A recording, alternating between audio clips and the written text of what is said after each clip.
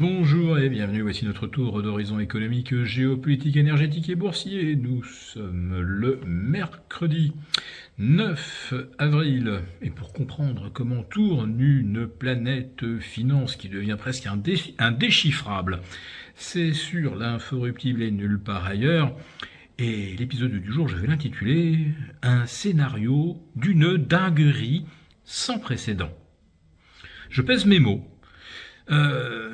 L'équation boursière et financière du jour est absolument inédite. On peut remonter un siècle en arrière, on peut remonter au krach de 1987, au krach de 2008. Il n'y a aucun équivalent avec des indices boursiers qui viennent de perdre 12, 13, 14% en l'espace de 72 heures, et des taux qui prennent symétriquement 70 points avec un 30 ans que l'on a vu tutoyer aujourd'hui les 4,99%. Oui, on est parti de 4,33 vendredi dernier, on est monté à pratiquement 5%. Le 10 ans US repassant de 3,87 à 4,51 et affiche actuellement 4,39, c'est-à-dire quand même 50 points de plus que vendredi 4 avril à la même heure. Donc jamais dans l'histoire des marchés, on a vu des indices boursiers perdre 10% et plus, et des marchés de taux se tendre de plus de 50 points, comme si la Fed, au lieu de réagir, comme elle le fait d'habitude, en abaissant fortement les taux en cas de crise boursière et de risque de crise économique tout court, c'est comme si elle s'apprêtait à relever ses taux de 50, voire même ce matin, c'était quasiment 75 points qui étaient anticipés par rapport à vendredi dernier. Et on est rentré là dans un scénario de guerre économique totale, donc les tarifs à 104% américains sont rentrés en vigueur ce matin à 6 heures. D'ailleurs, pour l'anecdote, c'est à 6 heures du matin que le 10 ans américain a atteint 4,51. Allez savoir si les Chinois n'envoyaient pas un petit message aux États-Unis. Il pourrait bien d'ailleurs qu'on ait déjà eu ce genre de message lundi. Donc, on a une guerre totale. La Chine avait dit qu'elle riposterait. Elle le fait.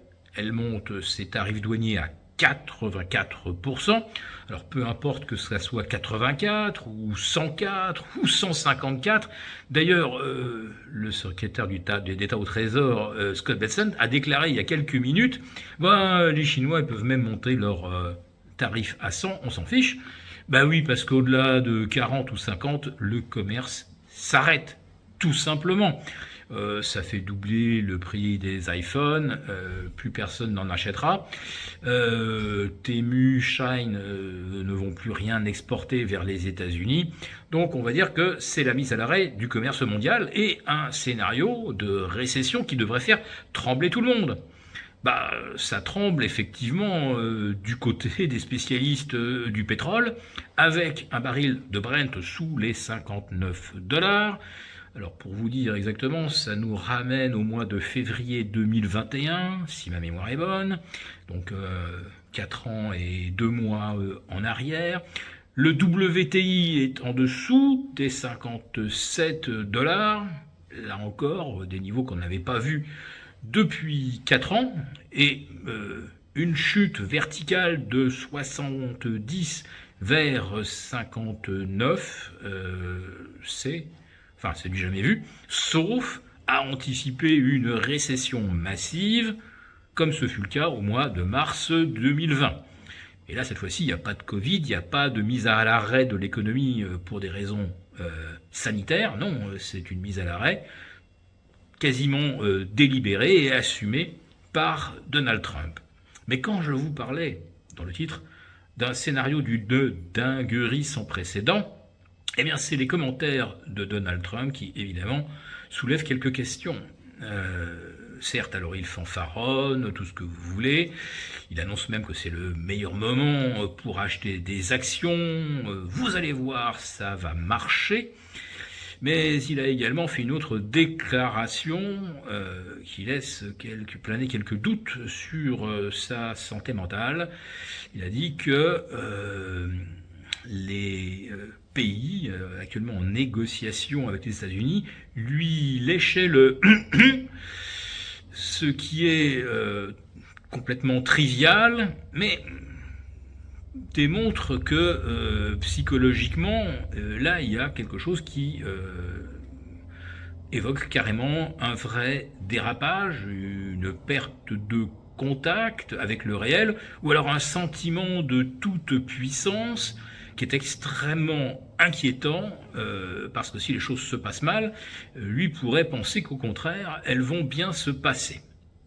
Bon, je referme cette parenthèse, mais jamais un président des États-Unis n'a employé ce genre d'expression.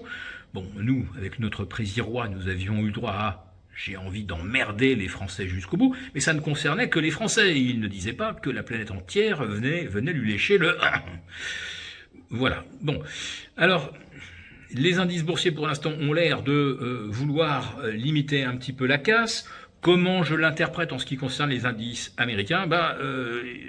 Les gérants viennent vendre en Europe. On a vu le CAC perdre 4%, venir tester à nouveau les 6008. Le DAX retomber un petit peu en dessous des 19 000. Ce qui nous laisse penser qu'effectivement, les gérants américains se refont de la liquidité pour soutenir leurs propres indices et éviter un crack, puisque manifestement ce n'est pas la Fed qui va le faire, qui va annoncer une baisse massive des taux, le retour de la planche à billets. Et puis je pense que les banques américaines semblent aussi vouloir se sauver elles-mêmes, parce qu'il y a énormément de particuliers qui ont déjà bourré la charrette, comme on dit, avec la première vague de baisse du 19 février au 6 mars. Ensuite, ça avait rebondi. Et puis, ils ont encore racheté, là, avant le 2 avril, se disant que Trump n'allait pas provoquer de chaos boursier économique, le risque était trop grand. Si, il a pris le risque. Eux aussi ont pris le leur, ils ont encore amplifié leur position, et depuis lundi, les appels de marge font leur œuvre et contraignent beaucoup d'opérateurs à déboucler leur position automatiquement. Certains disent que c'est ça qui expliquerait la baisse des T-bonds américains. Non. Les particuliers n'en sont pas à vendre leur portefeuille obligataire pour éponger leurs pertes boursières. Non, c'est tout à fait autre chose qui est en train de se jouer sur l'obligataire. Et cela, je le répète, c'est le scénario de la tempête parfaite pour les marchés. Donc une petite parenthèse haussière à Wall Street, je ne pense pas qu'elle puisse durer longtemps. Pour vous remercier de votre fidélité, vous pouvez télécharger gratuitement, en suivant le lien ci-dessous, un guide complet sur l'achat d'or physique qui représente un investissement de choix en période économique incertaine et surtout d'inflation. Merci et à bientôt. Merci beaucoup d'avoir regardé cette vidéo.